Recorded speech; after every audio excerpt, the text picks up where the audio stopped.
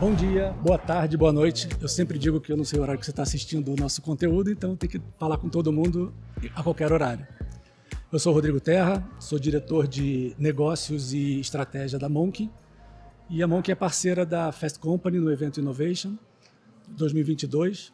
E a gente produz todo o conteúdo que vocês estão assistindo, democratiza a audiência através desses momentos importantes que a gente está tendo aqui e todo mundo vai ter acesso ao que está acontecendo no evento a qualquer momento. Estou aqui agora com uma presença muito especial para mim. Marcelo Lacerda é um cara que, logo que eu vim para São Paulo, eu conheci, foi um dos fundadores do Terra, eu já tinha uma relação com ele ali de passar pelo corredor e trocar ideia, conversar. E eu fui acompanhando você, Marcelo, ao longo dessa vida distante nossa, através de amigos como Marcos Caetano e tal, e através dos posts que você faz e do que sai na mídia. E eu sempre achei você um cara muito certeiro, um cara muito criativo, muito provocador, mas um cara muito certeiro. E é muito admirável alguém que é criativo e inovador acertar tanto na visão que está de fora. Você pode me contar alguma coisa depois que eu não sei. Então, eu queria te dar muito boas-vindas, dizer que eu estou muito feliz com esse momento aqui para mim, como profissional e pessoal. Eu queria que você se apresentasse para quem não te conhece, porque o nosso mercado conhece muito você, de publicidade, marketing, afins, mas a gente está falando com um monte de gente aqui que não teve a oportunidade de te acessar ainda. Por favor. Rodrigão, prazer em revê-lo aí. Estou vendo você jovem, energizado, entusiasmado, projetos novos, sensacional rever você. Que bom. Me apresentar, a minha formação é engenharia elétrica e ciência da computação. Uhum. Eu, há 30 anos atrás, 35 anos atrás, eu fundei uma empresa chamada Nutec, que depois mudou o nome para Nutecnet, depois mudou para Zaz, depois mudou para Terra, mas é o mesmo CNPJ. Sim. Essa empresa eu fundei com um amigo meu quando eu tinha 27 anos. Fazia uma carreira de desenvolvedor de software, de programador. Estava terminando um projeto para a Embraer, que foi um projeto de um software para um avião de caça chamado MX, e nós começamos essa empresa para lançar um produto de correio eletrônico, em 1987. Foi a primeira empresa. Eu já fundei 4 empresas, a minha segunda empresa, todas eu sou cofundador. A segunda empresa se chama hoje FBIS, que eu fiz com um menino que trabalhava comigo, nós dois somos os fundadores, se chama Rogério Silberberg. A FBIS virou uma das grandes agências brasileiras, hoje tem 400 funcionários, acredito, das 10 maiores agências do país, que nós começamos em 99. Rogério e eu estava no Terra ainda, então essa é a segunda empresa.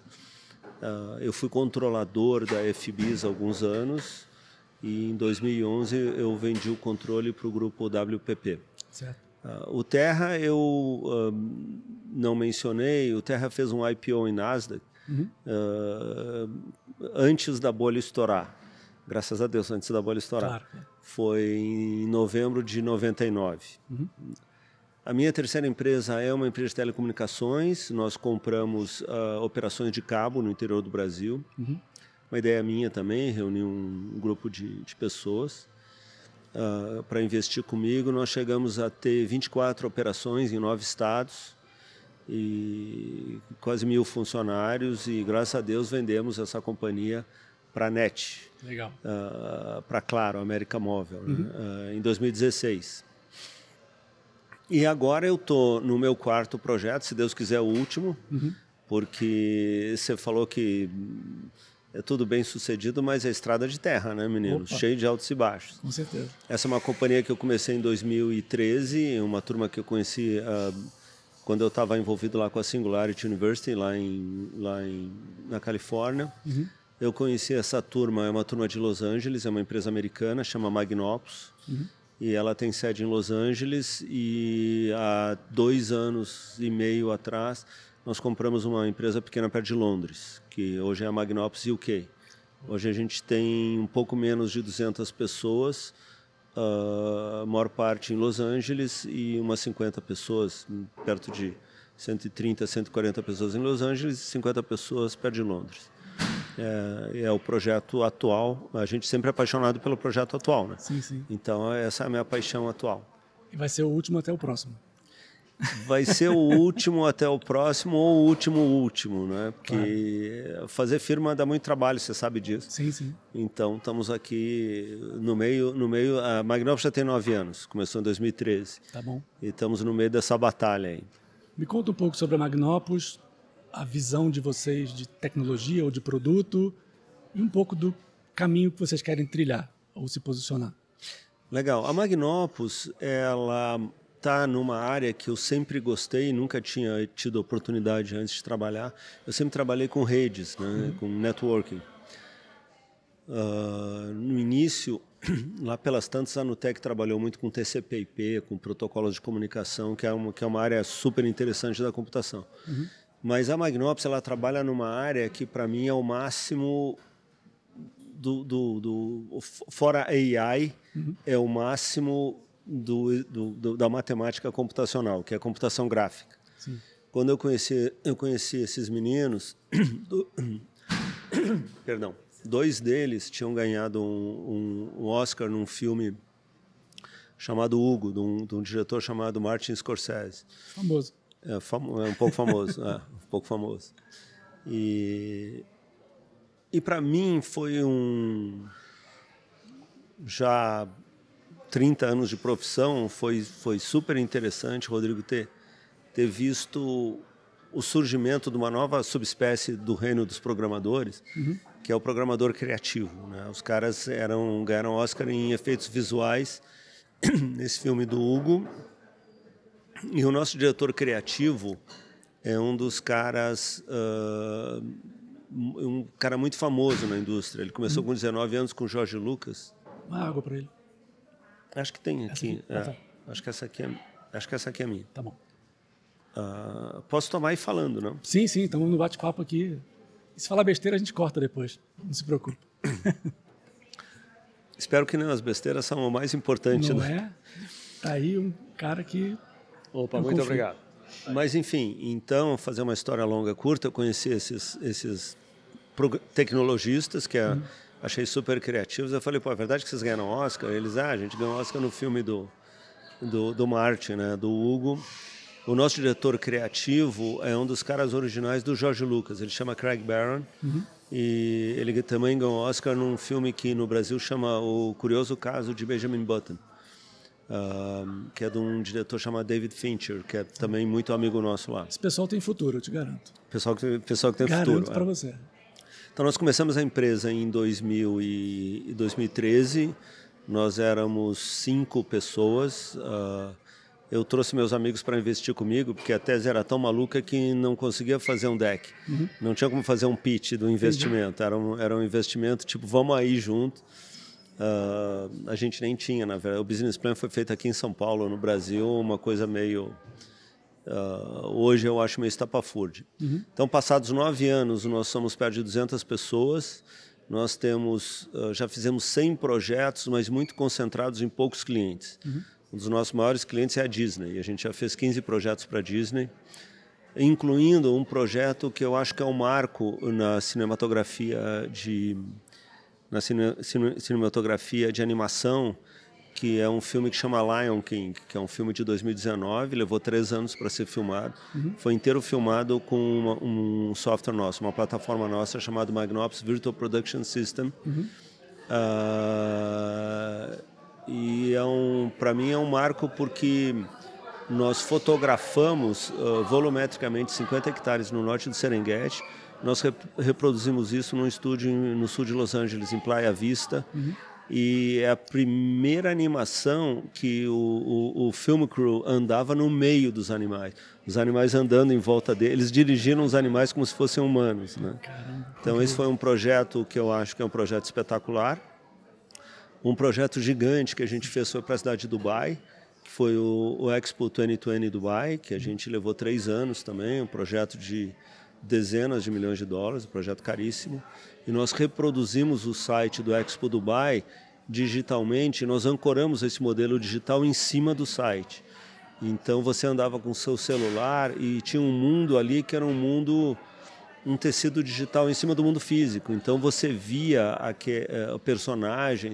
personagens falavam com você, os prédios falavam, as coisas ganhavam vida, né?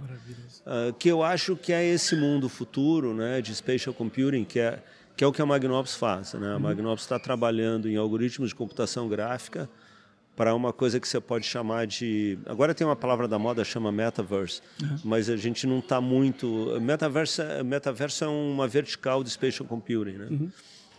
Eu gosto muito de conteúdo imersivo, então a gente já fez dezenas de projetos. Os nossos maiores clientes tem esse projeto da cidade de Dubai, mas a Disney a gente já fez muitos projetos, a gente já fez muitos projetos para o Facebook Meta, a gente agora está terminando um estúdio muito grande para a Amazon Studios em Nova York, que usa um software nosso também de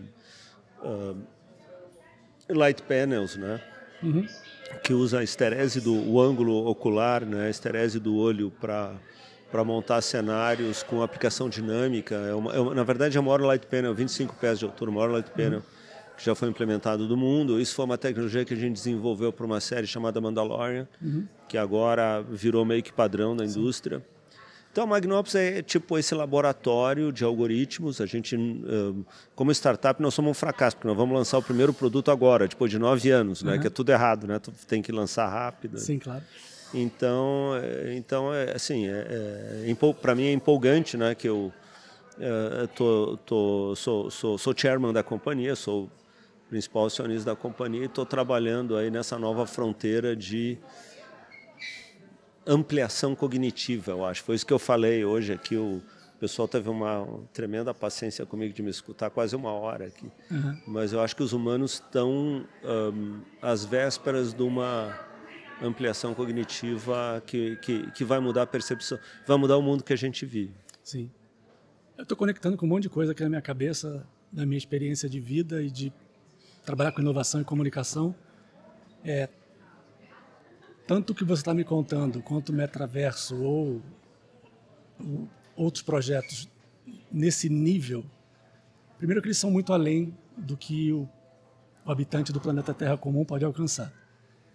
Você está trilhando um caminho que você não sabe quem vai seguir, mas fazendo de uma forma absolutamente coerente com a realidade atual e para onde o mercado ou o futuro aponta. É uma coragem gigante de botar grana e investir tanto no... É como gastar todo o dinheiro que você ganhou na vida num único projeto, é mais ou menos essa a proposta. Mas vai ao encontro do que está se falando, né? Que são experiências imersivas dentro de ambientes virtuais.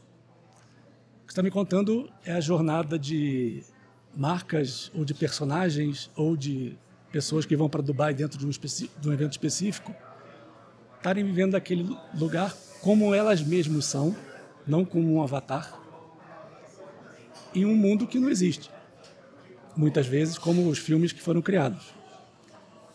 Isso é muito inspirador, mas eu entendo que hoje a empresa está voltada para grandes projetos. E são projetos de empresas estabelecidas que dependem do seu trabalho, da sua proposta de valor para evoluírem a partir deles mesmos.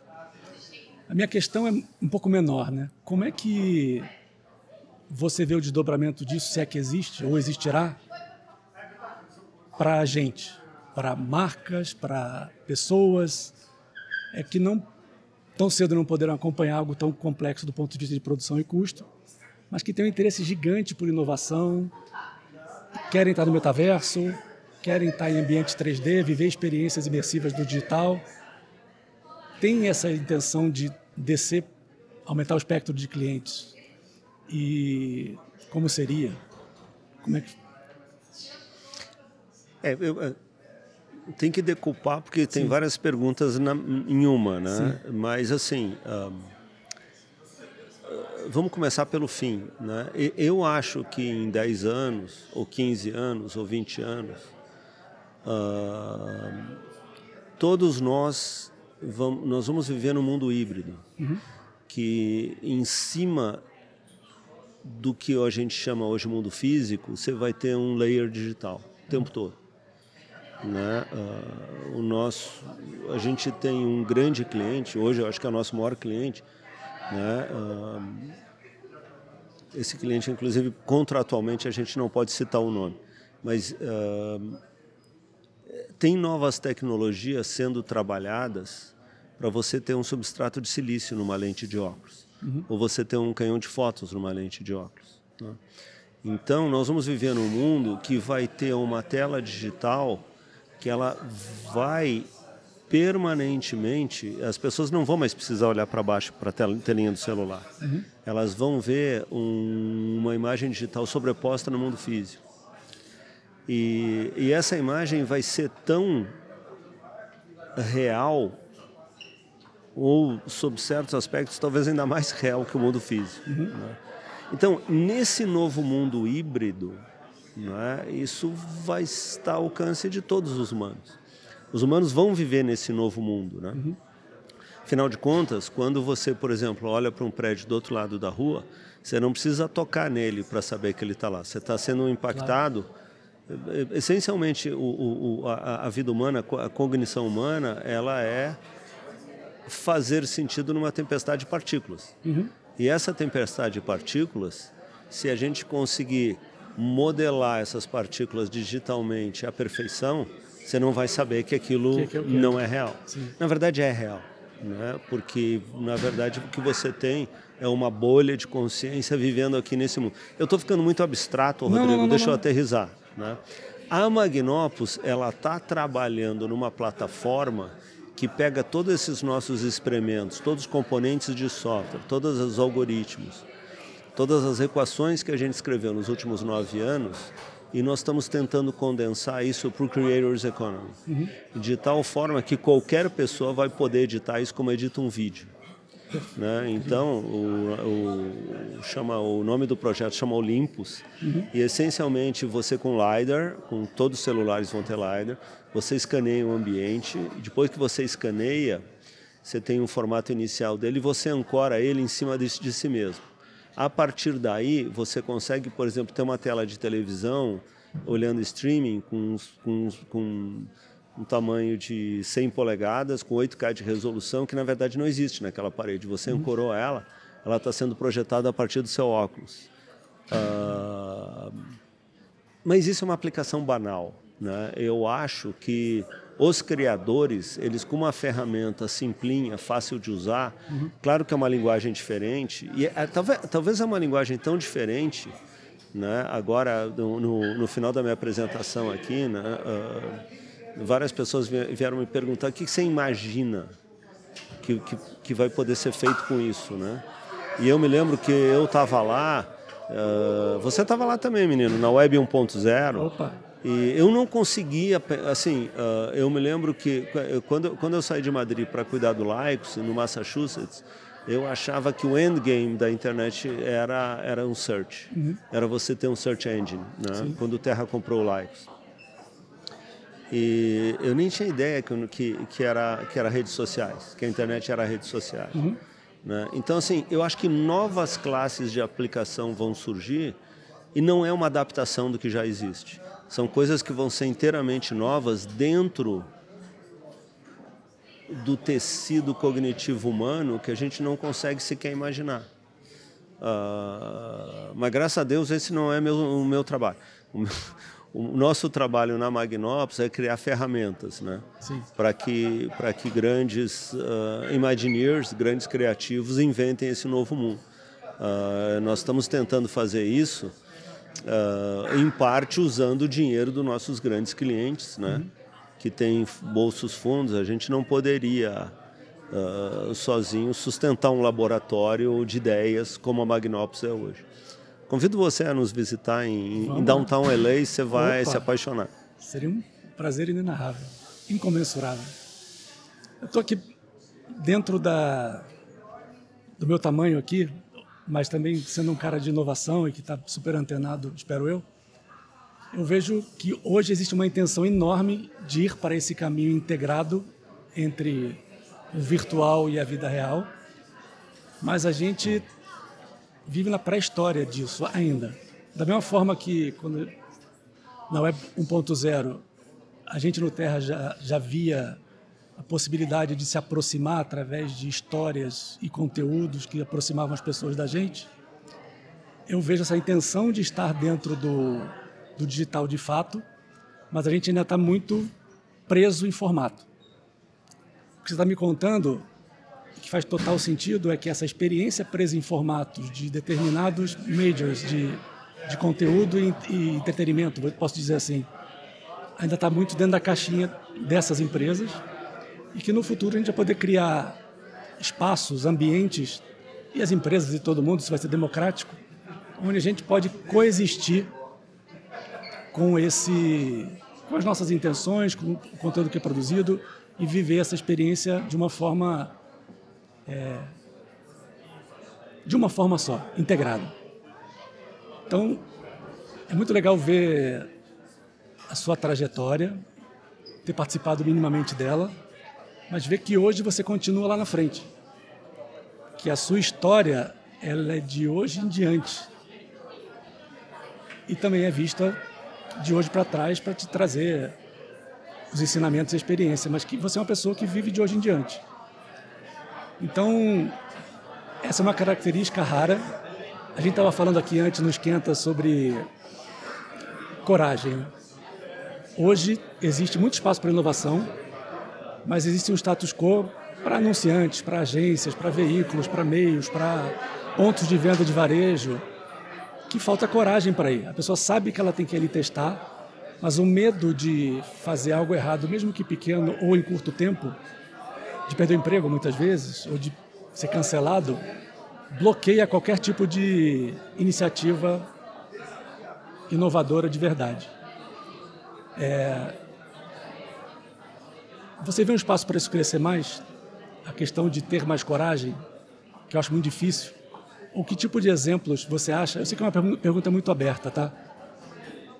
Que a gente poderia dar exemplos de coisas que funcionam com coragem e que possam alcançar, não a distância que você está, mas uma iniciativa diferente amanhã.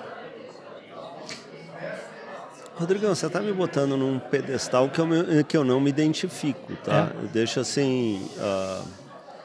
as histórias, elas acabam sendo muito bonitinhas quando elas dão certo, né? Sim, sim. E eu tive projetos muito bem sucedidos, que eu acho que em parte eu tive muita sorte também. Falando aqui português bem claro, né? Uhum. Agora, às vezes eu vejo esse negócio de sorte, pensando na minha trajetória. Eu trabalho desde os 18 anos e trabalho 12 horas por dia até hoje. Estou com... Quando eu digo desde os 18 anos, isso faz 44 anos, menino. Não faça conta, não. Mas assim... Esqueci essa parte hoje. Eu trabalho, né? Mas eu acho que, apesar da intensidade do trabalho, eu tive muita sorte. Coragem... eu tendo a ter uma perspectiva, um ângulo que eu acho que é o seguinte. Um dos meus ídolos atuais chama Elon Musk. Uhum. Né? Eu hoje aqui na palestra falei uma coisa que eu achei... me tocou muito. É um vídeo em que ele está aos prantos, está escorrendo lágrimas, porque um outro ídolo meu chamado Buzz Aldrin, que é um cara que estava na Apollo 11 e caminhou na Lua, o segundo homem a caminhar na Lua, disse que ele jamais conseguiria no SpaceX fazer o que ele faz hoje, que é pousar simultaneamente 2 propulsores na vertical, a recuperar os propulsores para fazer 10 viagens. Né? E o Buzz Aldrin falou que a NASA devia investir internamente em vez de investir nesse menino. Então, se você pegar o Elon Musk, eu acho que ele não tem escolha. Eu acho que ele não consegue fazer uma coisa diferente. Porque eu acho que ele é apaixonado por projetos. Né? Eu, dentro do meu mundinho, eu acho que eu não tive escolha. Né? Quando eu conheci essa turma da Magnopus, né, eu imediatamente comecei a sonhar com esse projeto, que já tem 9 anos, né, e custa uma fortuna. Vamos combinar que vários dos meus investidores, 90% é uma deep tech americana com 90% do capital brasileiro, todos meus amigos. Né? Preciso falar com você, inclusive, você esconda a carteira de mim. Por favor. Porque preciso falar com você, porque botei todo mundo na mesma fria, né? Nosso próximo encontro eu vou deixar a carteira em casa. Deixa a carteira em casa. Mas, assim, eu acho que numa escala de tempo mais larga, assim, a nossa vida é muito curta. A escala de tempo de uma vida humana, se você não fizer coisas apaixonantes e divertidas, também para que serviu, né? Claro. Então, eu acho que existe uma propulsão diferente em algumas intenções, né? Que é uma propulsão da descoberta. Tem um autor que eu gosto muito, né, que ele fala, aqui ficando levemente filosófico, mas ele fala que talvez um dos grandes motivos da existência humana, da vida humana, seja um romance com conhecimento. Você está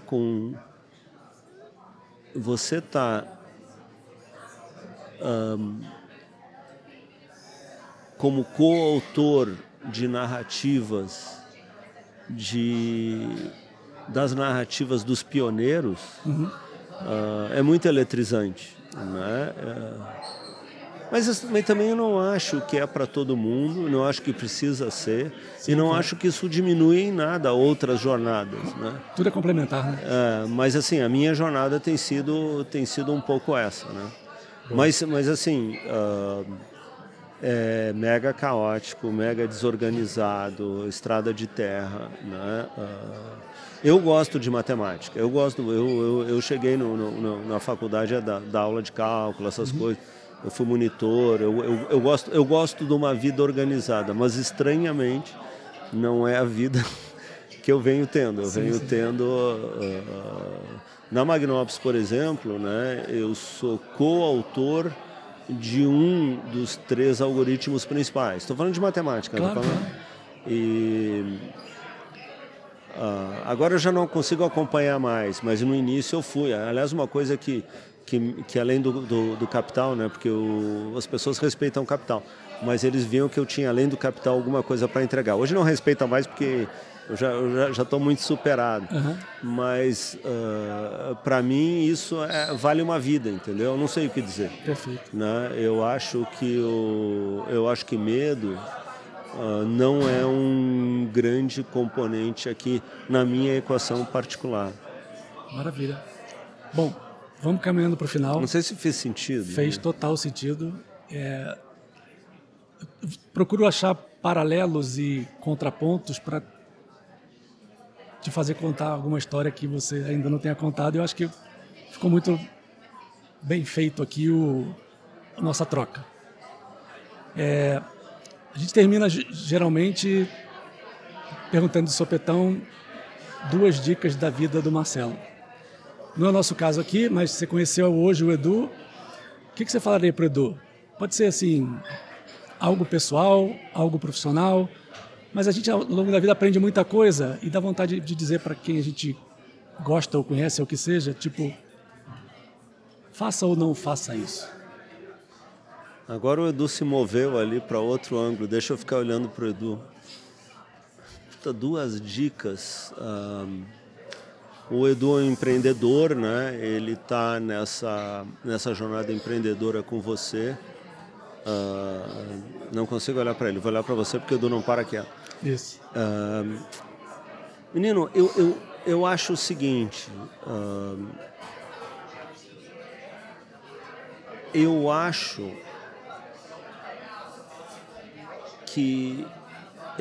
que existe um certo antagonismo de origem quando você é um empreendedor, porque você tem que executar a perfeição. Isso significa você ter a técnica, você dominar a técnica, você executar a técnica nos detalhes e essencialmente você, ao exercer esse domínio da técnica, você transformar isso em um modelo econômico possível.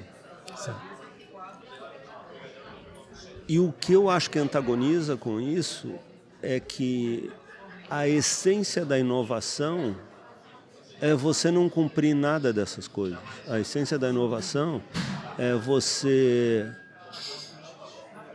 ver ângulos novos da existência humana, ou da consciência humana, ou como a Magnópolis está fazendo, ângulos novos da cognição humana. E você precisa das duas coisas, e as duas coisas têm que andar em paralelo. E você não pode subordinar uma a outra, né? Então você ser criativo, você ser inovador, né? Sabendo que você tem uma vida paralela, né? E que você não pode esquecer dela, que você tem que ter uma absoluta observância ao que já existe, né? Eu acho que cria uma dissonância cognitiva forte. Sim. Mas eu acho que tem pessoas que naturalmente conseguem ter fluidez entre esses dois ambientes, né? Eu acho que essas são pessoas extraordinárias, porque elas fazem coisas inesperadas. Maravilha. Muito obrigado. Um prazer revê-lo e conversar com você. Espero que se repita mais vezes. Queria agradecer em nome da Fast Company, você está no evento, em nome da Monk, pelo conteúdo incrível que você está gerando. E obrigado pelo seu tempo. Rodrigo, é uma grata surpresa rever você, né? Cheio de amigos aqui, o Lobianco, você, a Lena, eu não vi, mas assim, vamos falar mais, né? Agora sabendo aqui da Monk e desse novo empreendimento seu, eu queria conhecer em detalhes. Maravilhoso. Obrigado. Obrigado a você. Um abraço. Até a próxima, pessoal.